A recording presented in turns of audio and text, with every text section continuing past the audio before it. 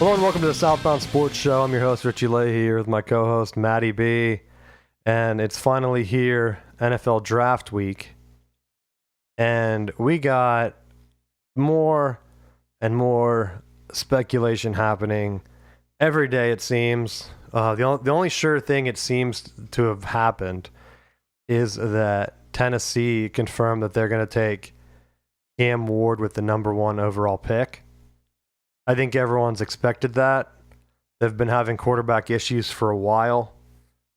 It seemed that Cam Ward was head and shoulders above the other quarterbacks. The one thing that I thought was alarming to me was reportedly how much better his arm strength was than Sanders.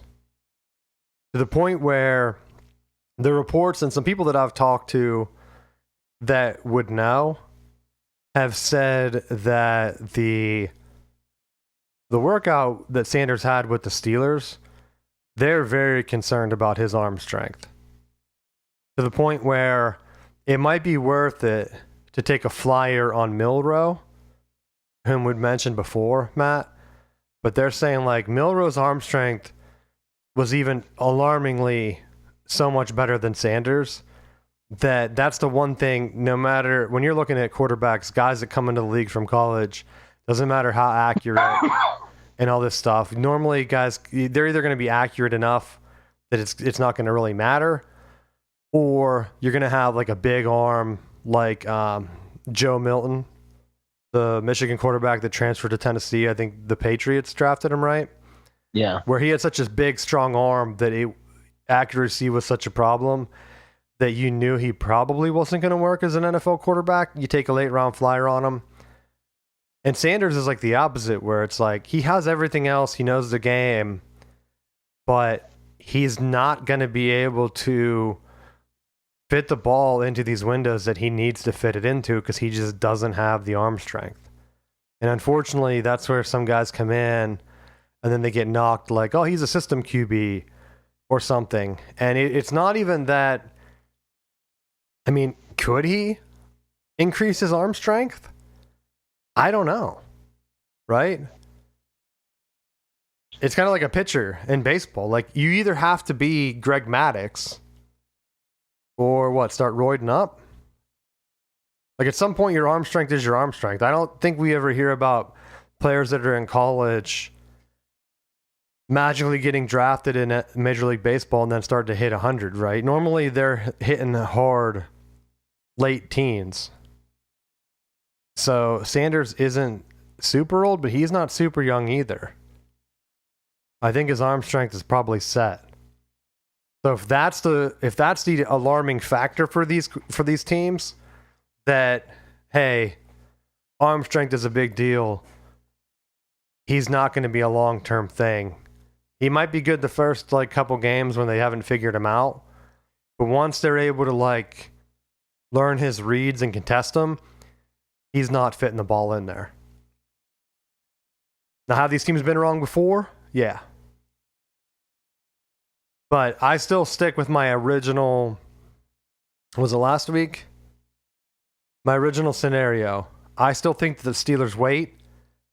If it's not Sanders that they try to get in the first round, maybe it's someone else. Maybe it's Dart. Maybe it's Milroe.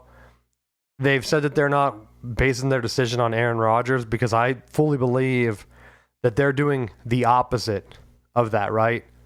I think they're going to see who's available in the draft.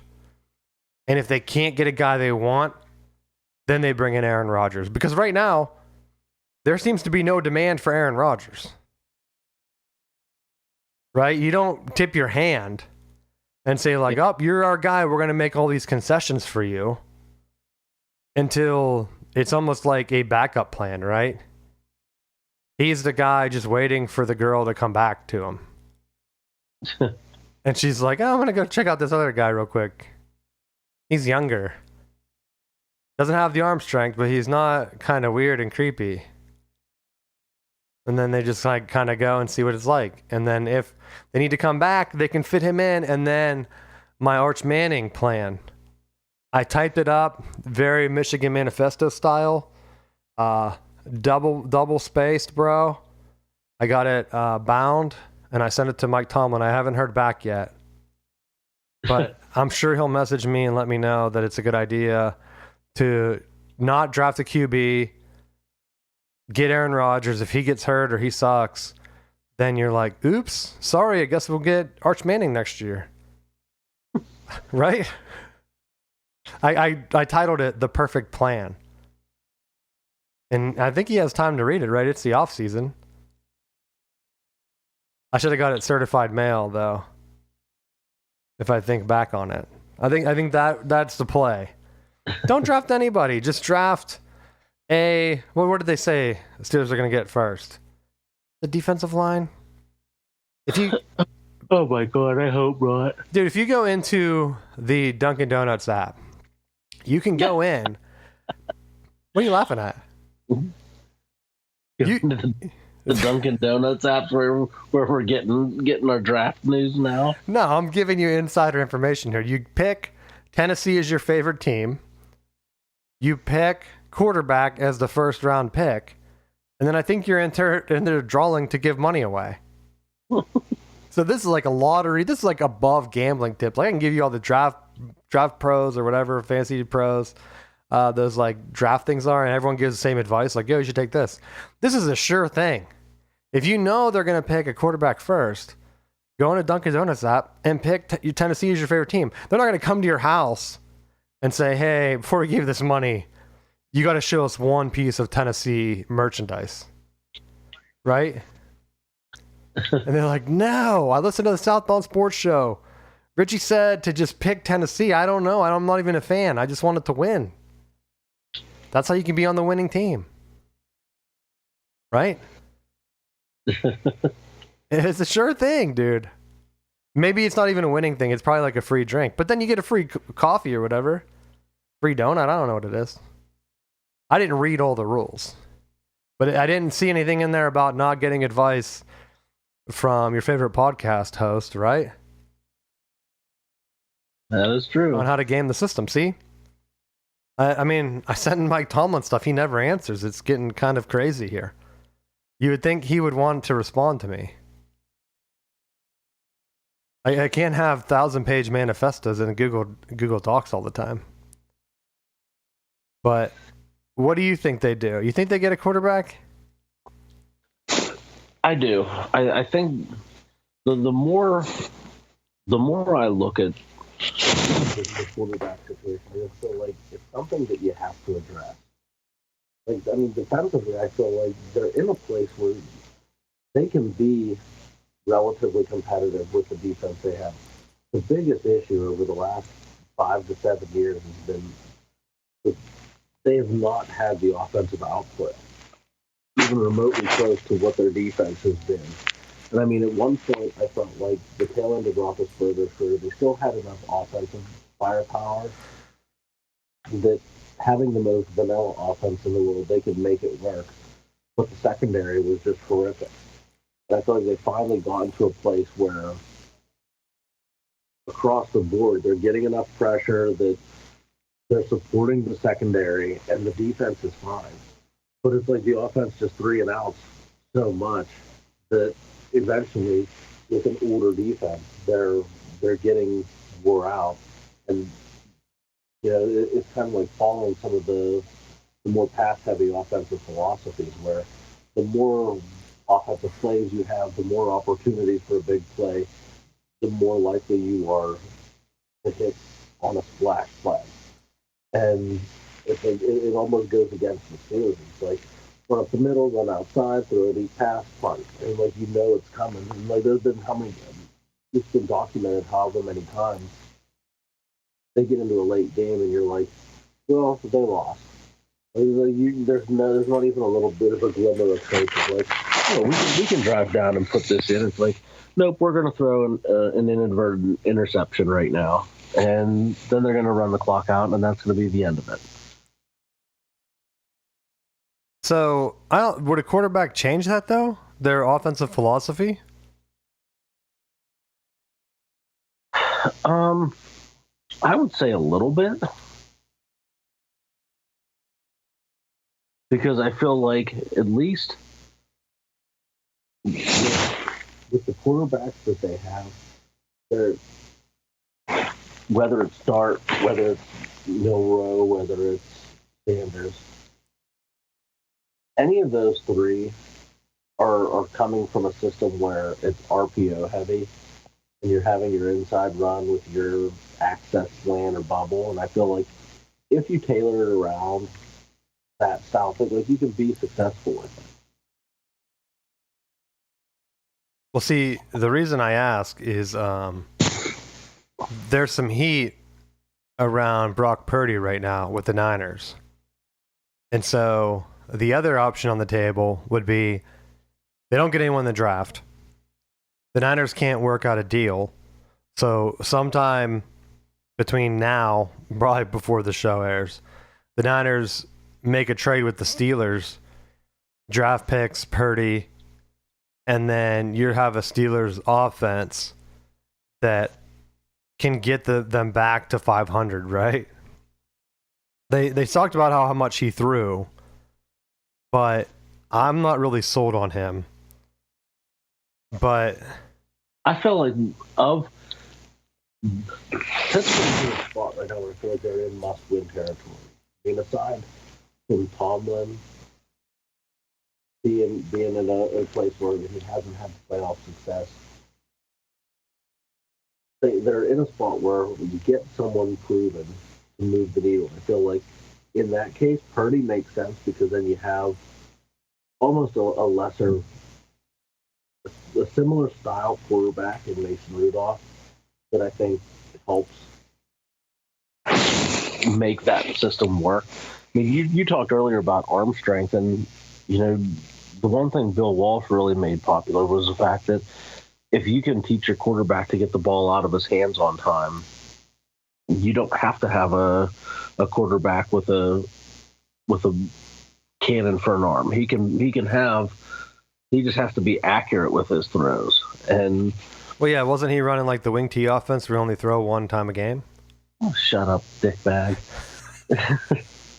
I was teeing you up to talk about wing T for a good 10 minutes. Isn't that in your contract? Now this isn't the time. We have pressing issues right now. If it was a run heavy league, I would be down to talk power and counter and the whole shebang. However, we're in a different time. We're in a pass first NFL, and when you've looked at recent history, the teams that have had the success have been guys that have been they're more mobile. They scramble. They get the ball out on time. Your Josh Allen's, your Lamar Jackson's, your Pat Mahomes. Even he wasn't scrambling, but you could never get a true beat on Tom Brady because he threw the ball quick and got the ball out of his hands. Like, that's the direction of the league: of process it quick, find your hot route, and get the ball out. If you can do that, you stand a better than average chance of making a run. When these teams that get behind or they throw inadvertent interceptions, it absolutely crushes it. So I think they, above all else, they have to have that situation squared away. Now, are there other needs like running back that I think they need to address? Absolutely. But I just don't know that they're going to do it that early. And see, for me, Purdy doesn't move the needle. So do you just focus on the other needs? I mean, if you're trading for them, then who cares? Focus on the needs. You got a late pick, though, so it's not like you're getting a top 10 talent. I mean, some guys hit. Sometimes you don't. I mean, sometimes you trade up, like for Devin Bush, and then he gets injured and is never the same. And so that becomes like a wasted pick. And then it's kind of a crapshoot. Like, you can't really tell. But I don't think if you're looking for a solid quarterback, trading for Purdy is like trading for Trent Dilfer after the Ravens won that Super Bowl. That Niners team was loaded. Absolutely loaded. The fact that they didn't win a Super Bowl is insane. Like, you can credit Mahomes for that comeback, or whatever. Garoppolo, Purdy, it doesn't matter. They had so many weapons that all they needed to do with that defense was just score. Like a little bit, and they couldn't consistently do it. So I think that's one of the ones where people look back. Same with like that Bills run where they had the 4 years. Because the Niners had like a couple years there. And now they're on the tail end of it where they're rebuilding. They lose Deebo Samuel. Now what, they're going to just have McCaffrey back there? Newsflash, you're just describing the Carolina Panthers. McCaffrey's going to be hurt again. It already happened last year, right? He'll be out of there. I guarantee he'll be out of there. So, I don't know what the Niners are thinking, but if I'm the Steelers, don't bail them out. Wait till after the draft. Don't do anything in the draft. Don't do anything stupid. You can still do my Arch Manning plan, the perfect plan. Get Aaron Rodgers. He'll probably blow up the locker room. I wouldn't. Bring in Arch Manning. It's a win-win because then Tomlin's like, well, we knew you guys would have liked Aaron Rodgers. Sorry he blew it for us. Or my first losing record because of that guy. What do I know? Guess we'll pick Arch Manning, even if they have to trade up for him. Guess we'll get Arch, and I'll teach him. Remember when I had Ben Roethlisberger that first year we won the Super Bowl? Then people will be hyped, right? They'll forget all about this year. As long as like Lamar doesn't win a Super Bowl with the Ravens, they'll be okay. It's like the Michigan-Ohio State dilemma. Like, as long as our rivals doesn't win, we don't care if we get killed by Clemson. That was like the Ohio State mindset. Then Michigan wins the national championship, and they're like, all hands on deck. Like, I feel like that's what it's going to take for the Steelers to get stuff turned around. Right? Consistently winning, not really winning anything. You're basically describing Ohio State football the past whatever many years. Until Michigan won the national championship, then Ohio State got their shit together. The Steelers need a team like the Browns getting close. That would have been DEFCON, right, bro? If the Browns would have won a Super Bowl before the Steelers won one again, or at least even won a playoff game. Well, I think the Iron been like, had they had won, I think a lot of the Steeler fan base would just, we still have so many more. Like, so what? I don't think so, though. Because at that point, like, you have to be competitive. The Ravens, maybe you're right with the Browns, but I think the Ravens winning and looking like they could win another one would be enough to put something in motion. Where it's not just TJ Watt asking to leave that has, like, ears perk up. It's more like, okay, what are we doing? Like, what can we do from here? Right? Like, you need someone to elevate your level of play. It's kind of like all that SEC talk for years. Like, they're elevating each other.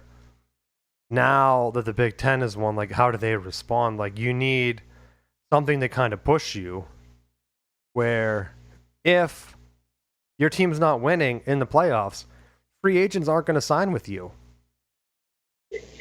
Right? Yeah. The SEC was a self-fulfilling prophecy where they were like advertising. It just means more. We're winning national championships. If you want to win a national championship, you have to play in the SEC. Like, the Steelers don't have that mindset. And I'm just comparing it to college football because it's easier for me. But, like, right now, hey, you're a free agent. You going to sign with the Steelers? Who's my quarterback? We don't know. But Mike Tomlin never had a losing season, so you'll be decent. All right. I'm in. Like, who are you getting guys from? Like, bottom feeders like the Jets? Like, I don't know how that's a selling pitch from, like, the Chiefs. Like, that are competing for Super Bowls, and you're like, you can come to Pittsburgh, though. 500. We get it every year. Well, I just don't know how you look at Aaron Rodgers at this stage of his career and think that's the answer. Like, how is he going to do anything that's going to help? He's holding the defense together.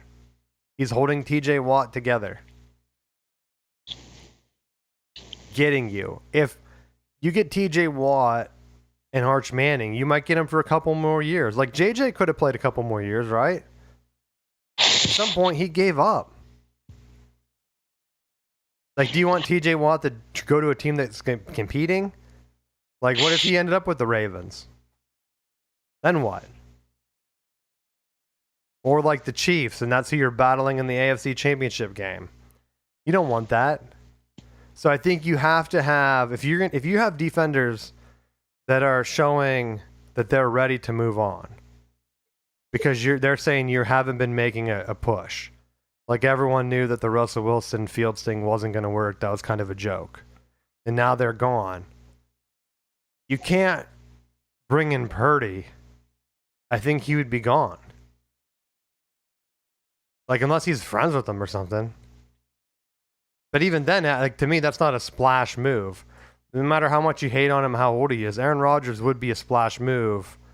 And then you could just give him a copy of the perfect plan and say, bro, if this fails, we get Arch Manning next year.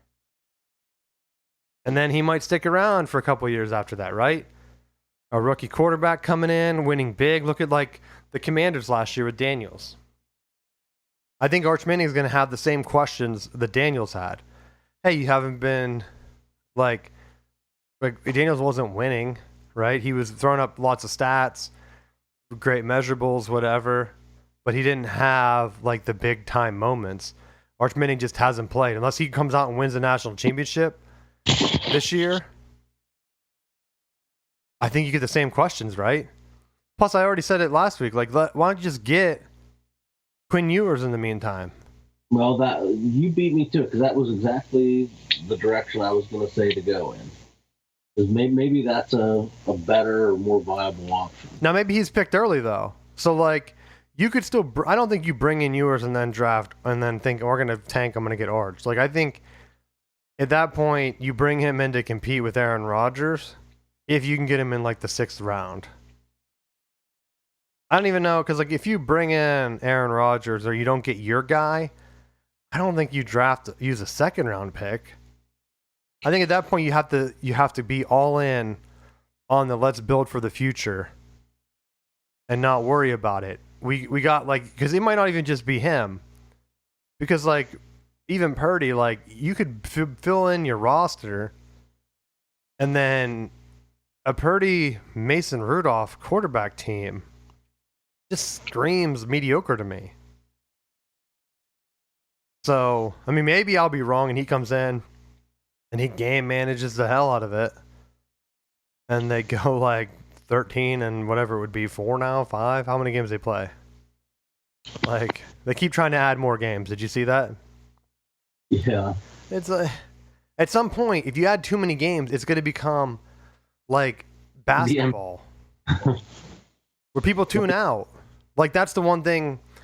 So they've been talking about, and this is going back to college too, they've been talking about the Big Ten scheduling, where this year, and I'm just using this as an example, I don't think this will happen, I'm not, like, predicting, but you could have Michigan, Ohio State play 3 times in a row as, like, a realistic thing where they're both breaking in new quarterbacks. If there's no standout Big Ten team, you could have a 2-loss Big Ten championship game, right? We've seen it in the past where the losers, like, the Big Ten doesn't get, like, they get the home game, but the loser of that Big Ten championship game from the rematch of the game then rematches in the playoffs, either that 1st round or the 2nd round, just because both are not ranked very high.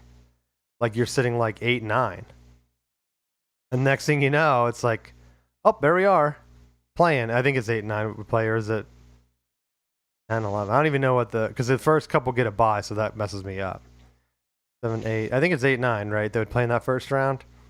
So, like, there's a real scenario where it's like, oh, one of those teams might not be in the top 4. Or I guess they get forced in the top 4, right? So I guess they would have to play in the 2nd round. But either way, like, that's a reality where the Steelers-Ravens, if you keep adding games, what happens? Like, the schedule right now, or it used to be perfect, where you played your division twice, another division in the AFC, and another division in the NFC, right? And then that was kind of it. And it rotated, and so then you knew every like 3 or 4 years you're playing every team. Now it's like, okay, and you get one random equalizer game where like if you finish in the top, you play the other top team. Which makes sense, right? You get more top games that way. But if you keep adding in equalizer games, then I don't think it's going to really affect the Super Bowl champ, right? Like if a team's good enough to repeat like the Chiefs, you can give them 2 more top games. It doesn't matter if they win them. All you're doing is hurting an up-and-coming team come playoff seeding. And I think that's my concern with the NFL keep adding these games. At some point, you're going to stop paying attention to like, oh, playing the Browns again? All right. The Browns aren't good. I don't care. It's not going to be like, well, the Browns rivalry game, got to sweep them. Like, I remember that being a thing where it's like, Roethlisberger keeps beating the Browns, got to keep beating him. Better watch and make sure he gets the win. It's like, yo, Browns again, that game matters 0. We have 10 more other games we got to worry about. Like, oh, that loss doesn't really matter. More teams make the playoffs now. And then they're going to find themselves where it's like baseball and basketball where they're talking like, can we eliminate games? Like, I don't think baseball's really doing it because baseball gets in field, like in-season attendance that brings money unless you're the Pirates.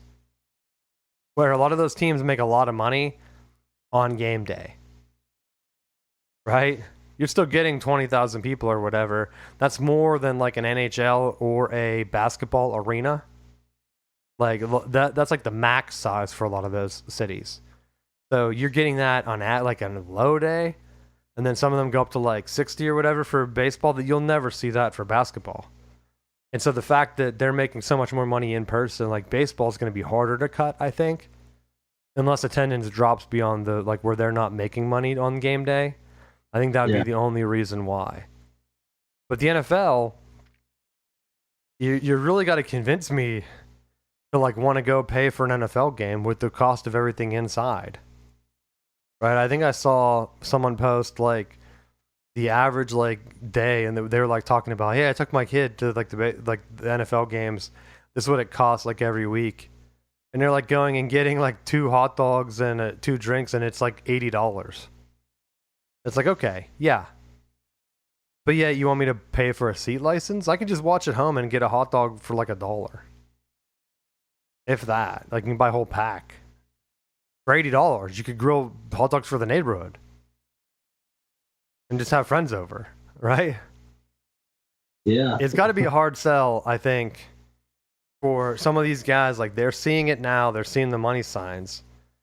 But when the game, when you have teams that just aren't competing, then you get into what we see in other sports leagues where, and even the NFL's been hitting it, where, oh, we got to relocate these teams. If we're not relocating them, they're not going to be fresh, and we need new logos, like new hope. Like, we got to get rid of Jacksonville. Like, we got to get the team out of Jacksonville. They've been talking about that for so how many years now. Same with like the Tampa Bay Rays. Like, we really hate you guys. We got to get out of here. What do you think the fans feel like? You think I'm going to go to a game? Like, the Pirates are just annoyed because the owner doesn't care. It's different than them being like, look, we're not getting enough fan support, and the guys that are there we don't like. We want to move. We just don't know where. And so, like, that's where it kind of goes. And that's why, honestly, I'm surprised, like, with the stranglehold the Braves have, like, on the Southeast, like, they could very easily move Tampa up to, like, Charlotte or even Raleigh, Durham. Like, just switch with the Bulls and see, like, what happens attendance-wise. Because even, like, a smaller stadium like the Bulls, like, if you're selling out because it's a major league team, and maybe they could work with the city on getting some expansion, then you have, like, a natural rival right there for kind of like Atlanta if you're able to move some divisions around and stuff.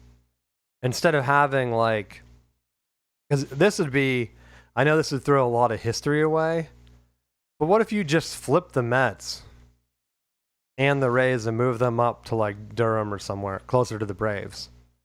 So then you have Braves have a rival, you have the Phillies, Who else is in that division? Washington. Is that it? Or is there someone else I'm missing? And then the AFC side, then you have like the Red Sox, the Mets, and the Yankees, dude. And it's like, okay, this is making a lot of sense here. Then you have Baltimore. Maybe even just flip Baltimore. Put like all the big money teams in New York right there. Think of all the hate that would get. Playing them all the time.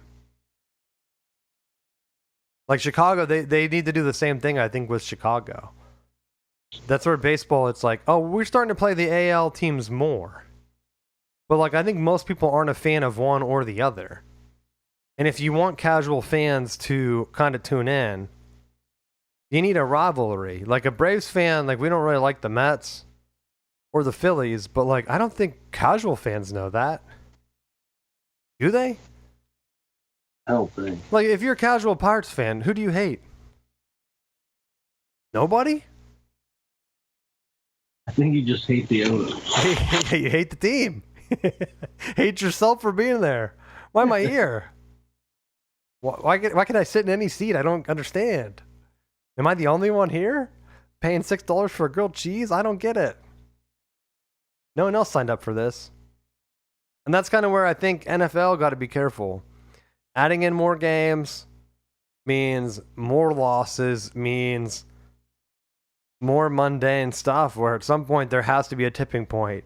You can't have a 52-week season, right? Where it's like at some point they're like in the future, they're just expanding where there's an NFL game every week and there's like 4 drafts a year. Like there's like, no, it'd be 48, right? 48 games and there'd be 4 drafts on the bye weeks where you just draft in more healthy guys because everyone's injured. And then they have 2 Super Bowls or something. And the 4 Super Bowls, they're like, this is great. Game every week, baby. Super Bowls are every time. It's like the 38-time champion, Pittsburgh Steelers. It's like, yeah, there's like 500 championships. Like, that's not that many. You're like, why am I watching this? Because that's kind of like how boxing is, right? Oh, why are people watching boxing? Do you know who the champ is? No, you don't.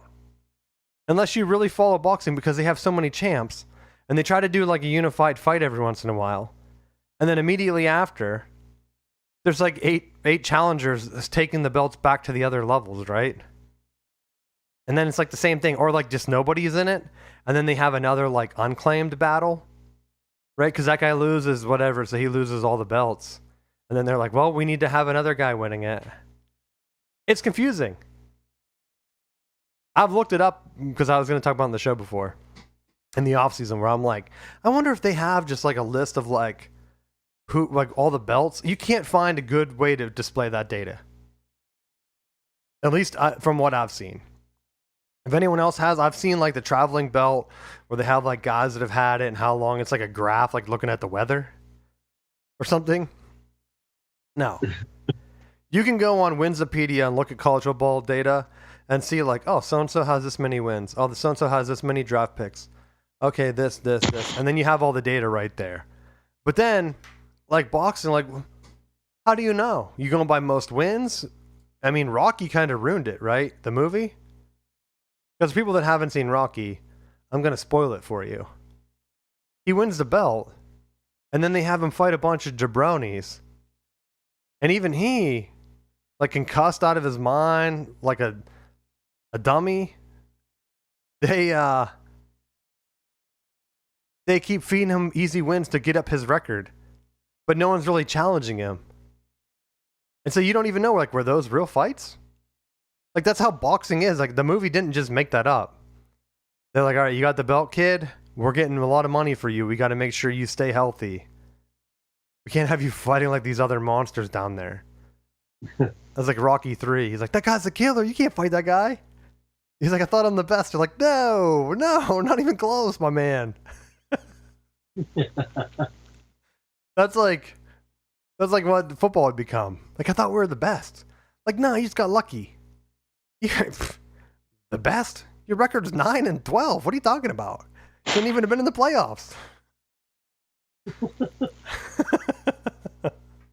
Because that's what's going to happen, right? The expanded season, you're going to have teams that get in with a losing record. And then, like, 7-9 or whatever it is, even at the end, like, they always try to add the playoff wins in. And they're like, you have our 11-10 Super Bowl champ New York Giants or whatever they ended up being that one year. And you're like, oh, good God, that's an awful team. How did they ever beat the Patriots? Then you look at Tom Brady and you're like, were you not practicing that week? That's like when he was all doing his like advertising. He took a year off and he lost every time he played them. I bet he would go back to past Tom from the future and say, look, we got to stay focused on these guys.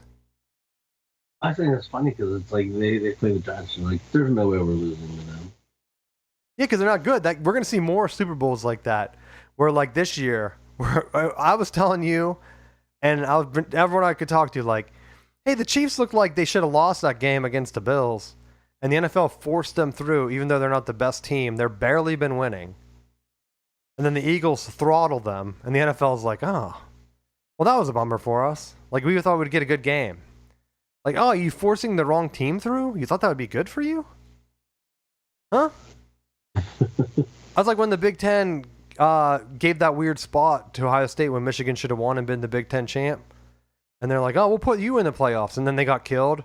And they're like, oh, yeah, we'll revisit that next year now. We learned our lesson. No, we'll apologize and say, maybe that was a bad spot. And Michigan should have won that game. But too late, didn't matter. We already got our butts whooped again. And so, okay, now with the playoffs, like conferences really can't do that in college. But in the NFL, like if you're down to it and you have a quarterback like Mahomes and you want him in, all it takes is one bad spot. I know they're doing the digital spot now. But how do you know that they're showing the right data on TV? How do you know that? It might be even easier to fix now. Because people might not be looking, they might be looking at the tape and be like, well, the ball says it's this point. And that's the computer, right? So that can't be wrong. You're going to get some you're going to get some guys, imagine watching a game at a bar where it's like, hey, that guy got the first down, and the computer says like, no, not a first down. And you're like, what? Wait, are we watching, were we ripped off? Or is the camera angle bad? And then you have guys like plotting out the geometry using like the pool table chalk. And they're like, how does the geometry work? Like, what's the angle on that? And they're like trying to figure it out. See if the ball's right or not. That's what we're going to start getting now with the camera. Or guys will just tune out completely and just take it for a word, like the strike zone. Because like the computerized strike zone, like they show it on, like they show you 2D. And they're saying, this is where the ball passed the plate. But dude, did you ever see a plate? Plate's like what? A couple inches like wide? Yeah. Where's that line supposed to be? The front of the plate? The back of the plate? Huh? It's not a 2D. The plate is just not a flat line now. So that's my question to you. Where on the plate is that? Any part of the plate? I think you put the sensors on the black part on the outside, around the outside of the plate. See, you can start explaining that at the bar. Hey, do you know that plate is not a line? That sensor has to be on the outside. There it is. And people say, let's buy this man a drink. He knows math. He knows computers. Tell us, sir. Who should the Steelers draft this year? Should they sign Aaron Rodgers? And you're like, no, they should have signed Jameis Winston. And people were like, who's that? Is he from Pittsburgh? He should be. No, because they don't know. That's the whole point. They don't know what's going on. He would fit right in Pittsburgh. I did like the crab video he did. He does a lot of crab promotions. I think a lot of people would have like moved on and said like that was a bad part of my past. I don't like bringing it up. No, not him. No, because like it's just something that people just keep bringing up. Don't look at me like that. I only casually bring it up once a year, maybe more. I don't know. Several times at any opportunity. Depends how much I've been drinking, dude. Let's see. Any other NFL stuff you want to talk about? No, I feel like overall, I think we're going to get a lot of answers this week in terms of what direction teams are looking at, and I'm just hoping that Pittsburgh doesn't just sit on their wallet, because they made some trades already and acquired the pieces to be competitive. I think they just need the cherry on top. Yeah, you want to have some fun watching the team, right? Some expectations. Absolutely.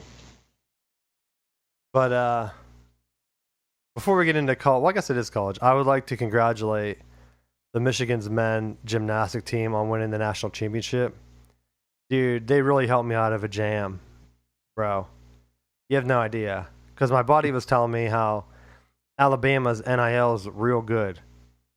And I said, kind of odd that, like, their athletic director is begging for more donations on Twitter if they're doing real good, right? And then I said, what are they good at? Football? Because they haven't won a championship. It's been the Big Ten. Since NIL has really kicked in, the Big Ten has been winning it. And he's like, I'm telling you, they're going to start winning championships in things like gymnastics, which I thought was random at the time, right?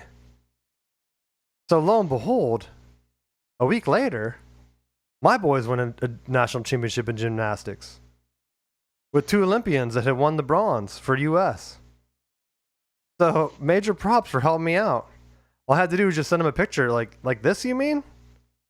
Because it doesn't look like that's Alabama there.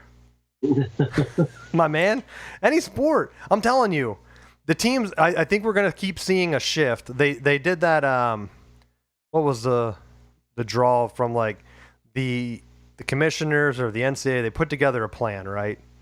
Where now they are looking to put all of the payments into a system. Not like we described a couple weeks ago, where I had a plan of like, hey, just make everything like published as part of like a contract. Where like, hey, I'm working with so-and-so NIL. That way they know all the NILs that are out there. You're getting this much money. If it finds out that like they're taking money from other sources, they either have to like put an amendment on there or make sure that they clear it the next year. Otherwise, the team could get like, that would be the new NCAA enforcement, right? Where if like some guy's still paying under the table, but with the NIL stuff, we really don't need an under the table payment, right? That'd be more of an IRS issue, I think, which has been the entire time. Because like, have these guys been paying taxes on their money? Probably not, right? I would say probably not. But they need like an Al Capone type enforcement. That would really rock the sports world. But I don't think what they're asking them to do is they're kind of just like trying to push the NCAA along, because I don't think like the Big Ten wants that kind of smoke.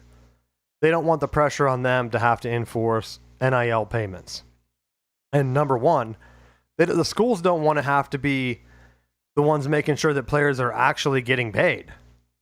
Right? That's why the NIL entities are already separated from the school. Because they want that little shadow of a doubt saying like, our guys weren't paying? I thought we were. Of course we were. Let me get back to you on that. And then they're like looking into it. But at that point, it doesn't really matter. And that's why I said if the NCAA does enforce it, all I'd want them to do is just have the funds, where it's coming from, what group. And then heck, they could even just give them a rating.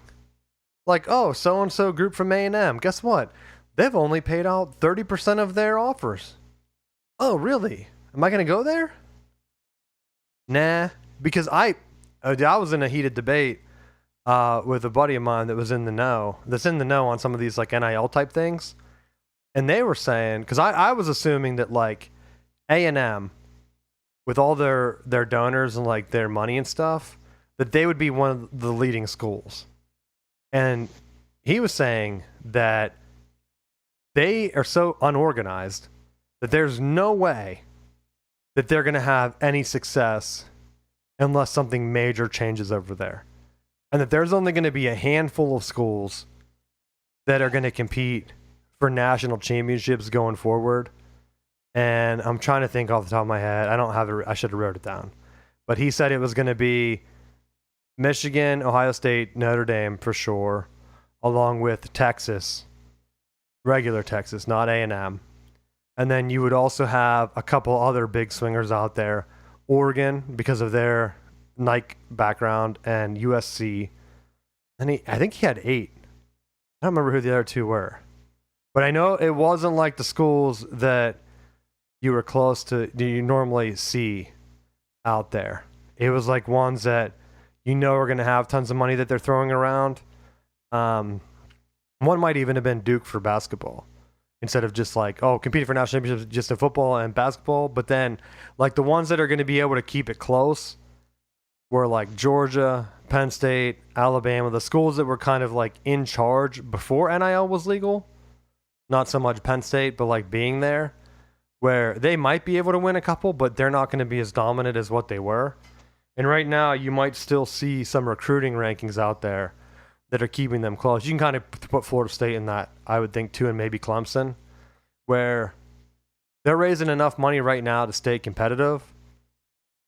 But it's going to be very hard to keep up. Like, if Notre Dame gets its millions of Catholic supporters to just start chipping in a little bit, like with their weekly donations at church. Like, imagine you're at church and they do a second donation round for for Notre Dame football, dude. People were like, I guess I'll give a couple bucks here. Like, NIL for the new pope. Like, which guy do you want to be the pope? You gotta kick in. Yeah, we can do a vote. Like, was it American Idol or whatever, where they just have like the little clickers? You go into church, you get a clicker. Reality TV top pope. You have to swipe your credit card and then you get a vote. How many votes do you want? Do you want 10? That's $100. People were like, I'll take 10. Is there a max? Can I keep swiping? And then Granny gets home and is like, I don't know why these collectors keep calling me. I just keep voting for a new pope. But I'm really wondering. I'm trying to think of what the other schools are now. It's going to drive me nuts. But I'm just wondering, with the NIL type enforcement, if the NCAA, they did say they're not going to do like a salary cap, which I think is huge, because if you have right now, what did I say? Half of the top schools, Michigan, Ohio State, Oregon, USC, are throwing money that are like more than what other schools are doing. It's going to be hard to compete. And heck, BYU might even have been one of them for all I know. Because you have money there. Liberty also has tons of money right now that they're throwing around. Same with, I brought them up before, SMU, maybe TCU. Some of the ones that like have, all you have to do is like look at a list of endowments. Heck, even if like Stanford wanted to throw money around, they could in terms of football. And maybe they will. Because I wonder, like, because we haven't seen the shift of them going to the ACC yet. If a school that has so much money joins a conference where they're not in the national spotlight anymore because they're not competing, what's the best way? Is to get done or is to just donate to NIL? And I had people say, like, well, you got to look at, like, you can't just get a top recruit like Michigan gets the top quarterback. They have a spring game. He looks kind of like a freshman, but there are sparks where it's like he looks like he has an arm. And if he's able to sling the ball around, like, look out. Like, all it takes in college is like having one great quarterback. And if you're able to lock him in for 3 years, that's a lot of leeway to bring in transfers and to do all kind of things. Because, like, look at what Texas is able to do right now. And I think that's where they really hurt themselves last year. And I like Quinn Ewers and thought that he had a chance.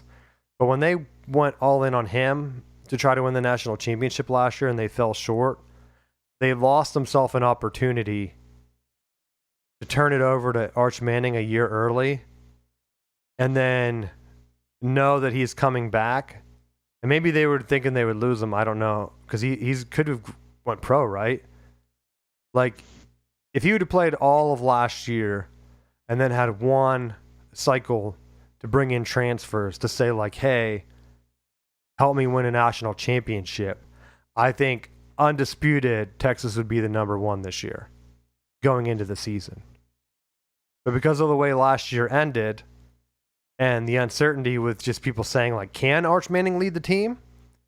I don't think they were able to fund their portal team as much as what they would have hoped.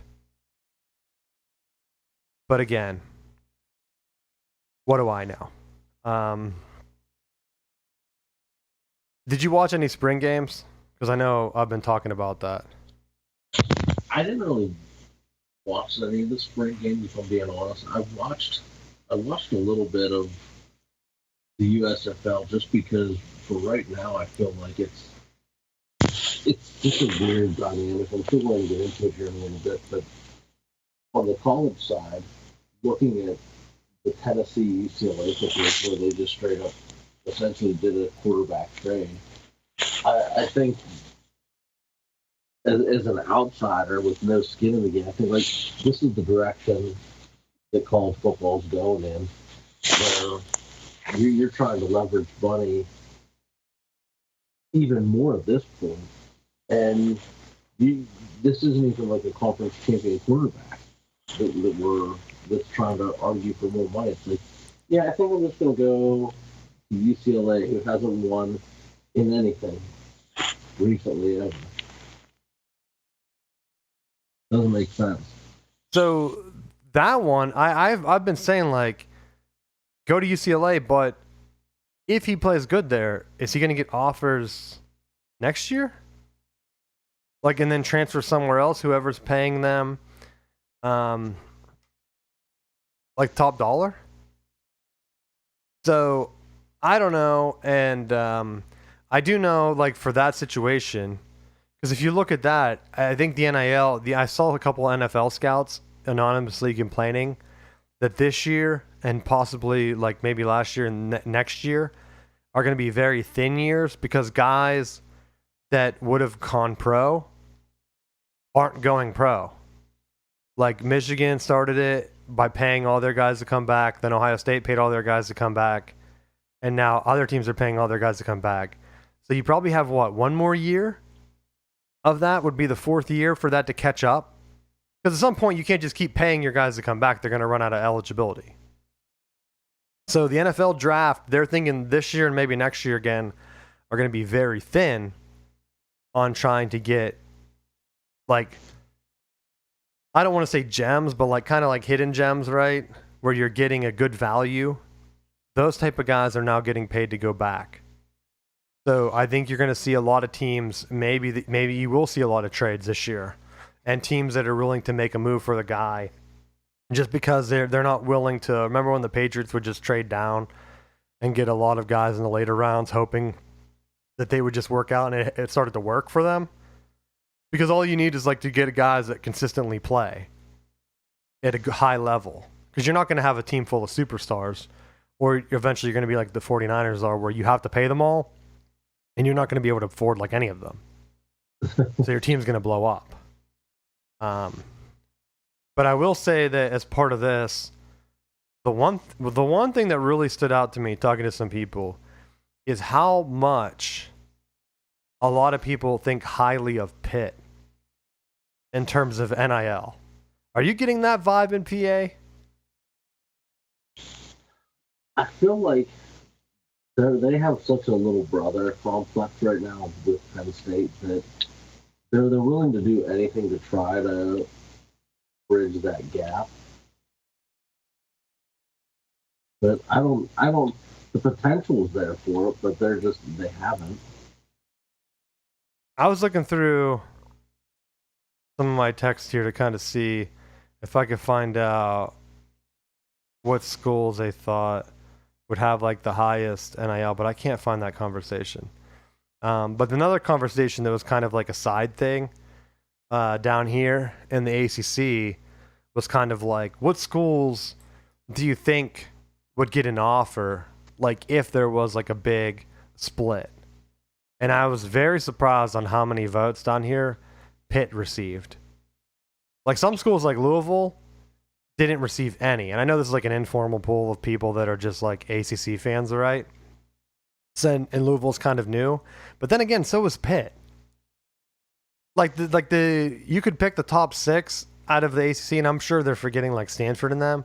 But it was like UNC, Florida State, Clemson, Virginia, Georgia Tech, and Pitt was legitimately in the top 6 every time. And a lot of times they were number 1 and 2, as possibly they might be the first one gone with Notre Dame. And I thought, like, they really think that the UNC and Duke won't split up? Like, they're so sold on that down here that no matter what happens, they think, like, if Notre Dame decides to join the Big Ten, there's a really good chance that they ask Pitt to be their partner.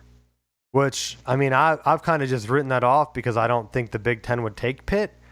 But again, then I'm here preaching about rivalries in the NFL and even Major League Baseball. Like, make some changes, bring some rivalries back. The Big Ten could do a lot worse than a Pitt-Penn State rivalry on the books every year. Am I wrong? I mean, to me, that's a rivalry game that makes sense. Like, I don't want to see, regardless of what direction the conference is going, I feel like the in-state rivalry games should matter. Just for nothing else than following your pod logic.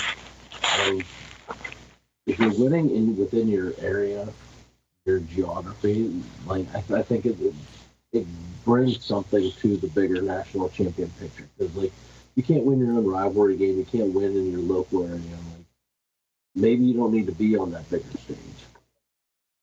Well, that's where I was thinking, because, like, I had always assumed that if they bring in Notre Dame, they try to make Penn State their end-of-season rival, right? Because you need another game. You can't just have Ohio State play Michigan, and then Fox goes and shows some other game, and everyone tunes into the Iron Bowl, right?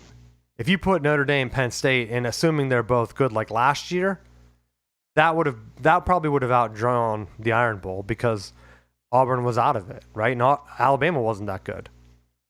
But maybe if Pitt gets in and they're able to rally their NIL like everyone seems to think they're doing down here, and they get good, because that's where a lot of people are thinking. They're telling me, look at which teams were good in like the 70s, 80s, and 90s. Before you really saw like the BCS, it was like Pitt and Penn State in the 80s, dude, 70s, and SMU, and then like the Big Ten had Ohio State and Michigan, and then a lot of those schools were independent, right? The Miami was one of the ones that people were voting on as one of the biggest spenders, and they're saying, like, you look how much they're spending on like Cam Ward last year, like they're gonna win a national championship within the next 10 years. If they keep raising the money, right? At some point, they're going to steal enough kids from like the Alabamas and Georgias that might not be able to keep up with their fundraising, that it's going to go back to kind of like where it was in the 80s, where like didn't Herschel Walker win that one national championship, and Bama had like a random one, but most of the years it was kind of like Miami or Florida State. Like, if you start to get them raising money to keep the kids home, look out. Right, because I think even more so than Florida, obviously Miami's number 1 at NIL.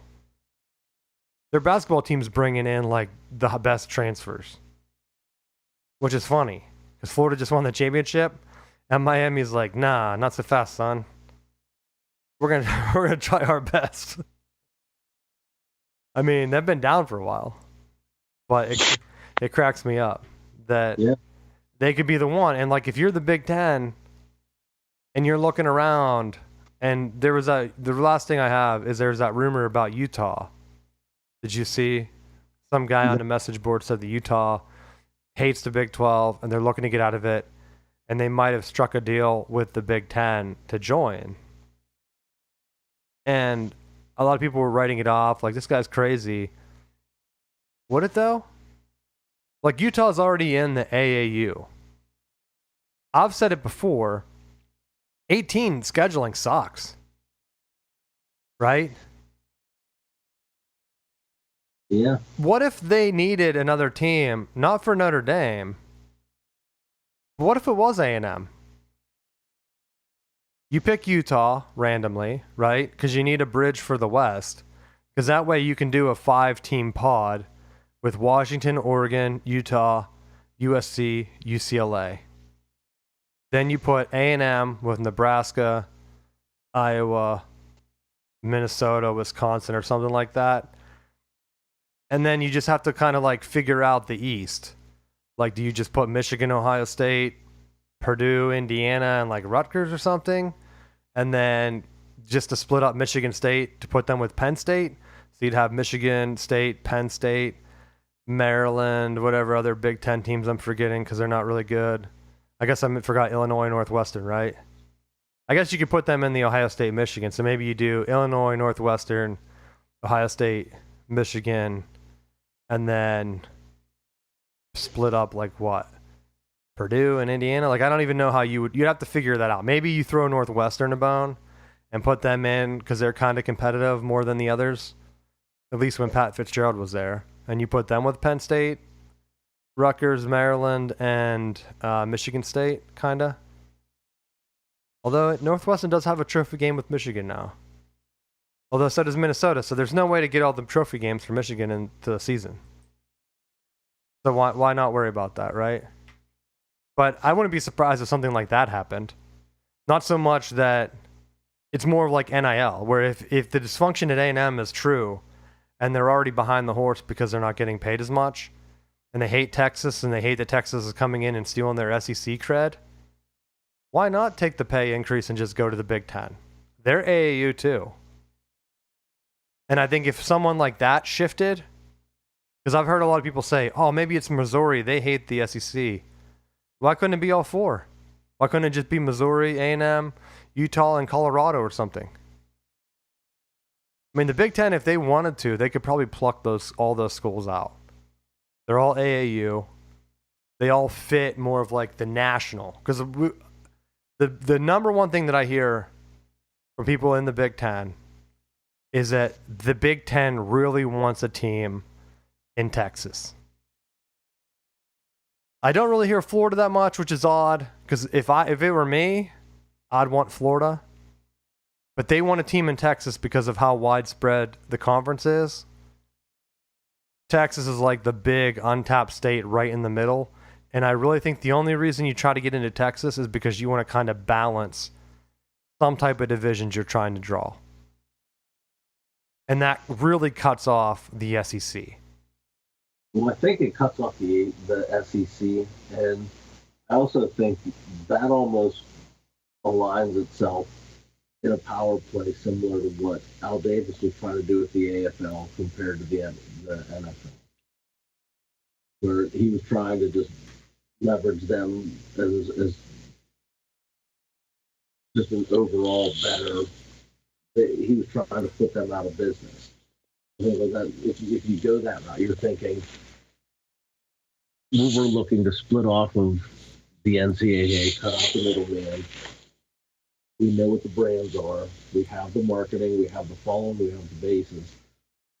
We can use that as leverage to really just drive that final stake in the heart. Because my selling point too is like with A&M, the SEC is like a tough type thing. The one thing that a lot of people are starting to put together is the end of year showcase that I talked about with you, right? Where if you go to pods and they're giving you 4 auto bids, you take the top 2 teams in your conference, they play for a conference championship, right? Like last year would have been Oregon and Penn State or whatever.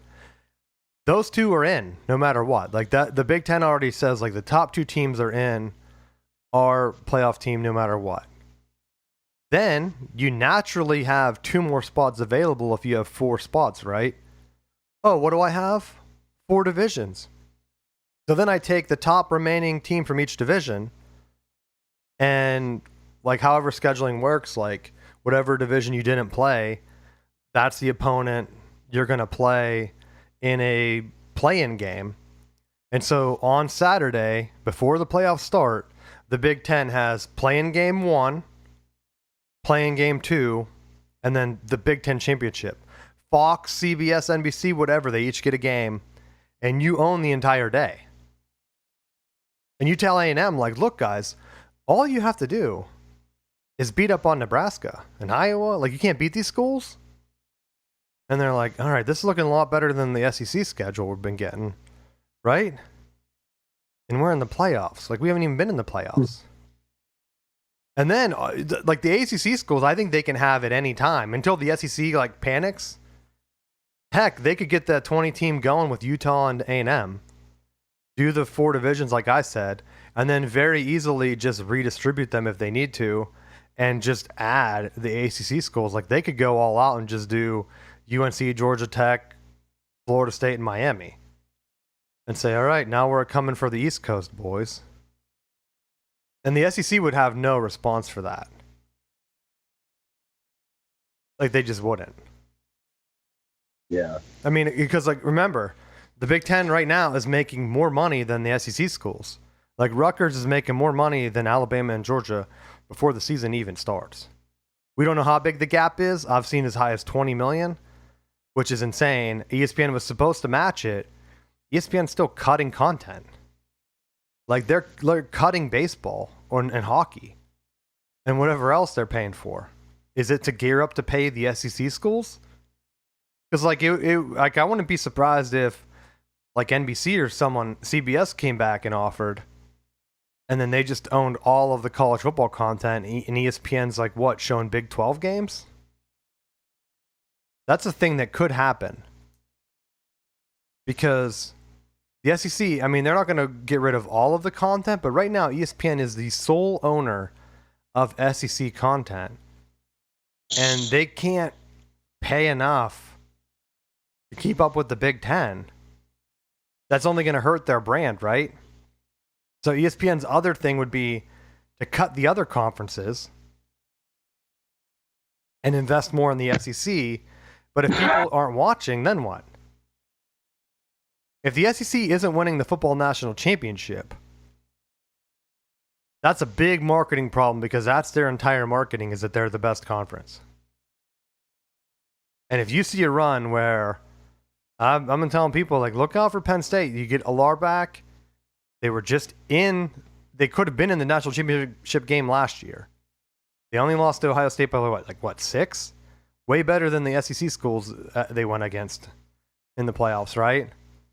So, like, they could be there. Oregon's spending a ton of money. Heck, it doesn't even have to be the Big Ten. Miami's spending a ton of money, right? All it takes is other conferences to start winning. And the SEC is looking around saying, like, but we won basketball. And that's when you know it's crumbling. All right, that's my last thing. Anything else you want to talk about? Or are you going to add on there? No, I think you hit the nail on the head. Because, like, Florida State's looking to get out. They want the extra money. And I've said it all along, like, if you're them, the SEC might offer a little bit more. They might even try to get you, like, a reduced pay-in or, like, give up some of your rights. And that would be insane, because at any point they're not the leader. Like, you might do, like, Oregon did that to get in the Big Ten, and look how that's paid off for them. Now they have the money, and it's helping their NIL, where people are just full on projecting them to, like, be in the running for a national championship in the next decade, which they've always seemed like they were close in the Pac-12, but you kind of were like, can I take them serious? They win the Big Ten last year, and you're like, okay, they're going to definitely win a national championship. Like, now it's real, right? It'd be like if Texas comes in and they lost the championship game, didn't they, to Georgia? Yeah. Yeah, because they weren't the home team. Georgia was. So, like, if they would have came in and won it, like, there's still, like, doubt for Texas. Like, well, they weren't the SEC champ. They lost by 2 scores to Ohio State. I know it was close at the end. But can they get it done? I don't know. But we'll come back with a draft coverage after the draft. So let us know if there's some players you want us to highlight or anything you want us to talk about. Thanks for listening, and we will see you next week.